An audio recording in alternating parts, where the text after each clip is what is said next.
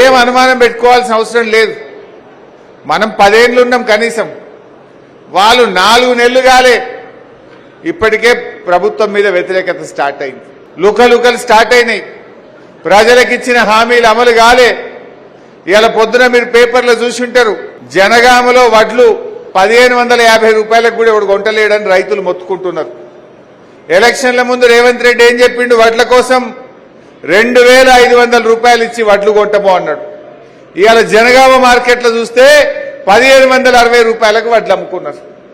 మరి అన్ని వాళ్ళ మాటలన్నీ కూడా నీటి మూటలని ప్రజలకు అర్థమైంది.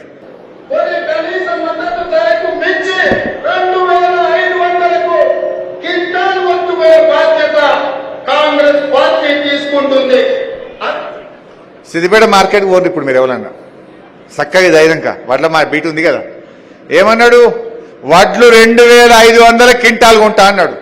ఇప్పుడు పోదాం సిద్దిపేట బీట్లకు. మీ లేదా మీ ఊర్లల్లో బీట్ పెడతారు, ఎట్లాగూ లింగారెడ్డిపల్లి కాడ కూడా పెడతారు. ఆడ ఏం రేట్ వస్తుందో చూడండి.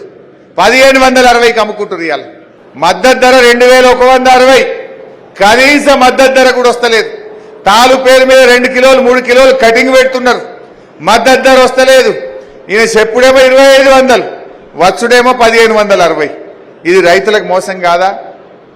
ఇవాళ కాంగ్రెస్ బీజేపీలు ఒకటై బీఆర్ఎస్ ను లేకుండా చేయాలని చెప్పి బడే బై చోటే బై ఇద్దరు ఒకటై కుట్రలు చేస్తా ఉన్నారు. అందువల్ల మనం జాగ్రత్తగా ఉండాలి. ఇవాళ కాంగ్రెస్ పని అయిపోయింది, కానీ తెలంగాణ ప్రజలకు బీఆర్ఎస్ పార్టీ శ్రీరామ రక్ష. నిజంగా మనం వచ్చినాకనే ఇవాళ తెలంగాణలో తలసరి ఆదాయం పెరిగింది, తెలంగాణలో తాగునీటి సమస్య పరిష్కారమైంది, తెలంగాణలో పుట్ల కొద్ది వడ్లు వండుతా ఉన్నాయి. కేసీఆర్ ఉన్నప్పుడు రైతులకు పుట్ల కొద్ది వడ్లు వండితే కాంగ్రెస్ వాళ్ళు వచ్చినాక పుట్టెడు దుఃఖం వచ్చింది.